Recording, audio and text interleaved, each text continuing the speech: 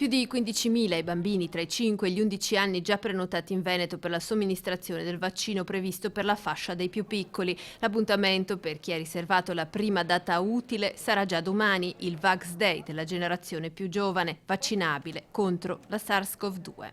Quasi 300.000 in regione i bimbi che possono accedere all'opportunità del vaccino e uno dei propositi del Servizio Sanitario Regionale è proprio quello di effettuarne il più possibile prima della fine delle vacanze di Natale. Se vogliamo garantire la salute dei nostri bambini, vogliamo farli ritornare a una vita normale, intesa a frequentare la scuola e frequentare i loro amici, l'unico modo per poter far questo ora è la vaccinazione. Ad oggi le richieste più numerose sono quelle che interessano gli undicenni, seguiti dai tredicenni e da chi ha compiuto i 10 anni. Meno numerose quelle per chi frequenta ancora la scuola materna. La comunità scientifica pediatrica risponde unanime alle perplessità di alcuni genitori, come spiega il professor Giorgio Perilongo. Allora, non ci sono controindicazioni assolute se non crisi anafilattiche vissute in precedenza, altrimenti non ci sono controindicazioni, anzi la presenza di comorbidità, cioè di malattie che il bambino può avere, malattie importanti come il diabete o disturbi neurologici, sono indicazioni per fare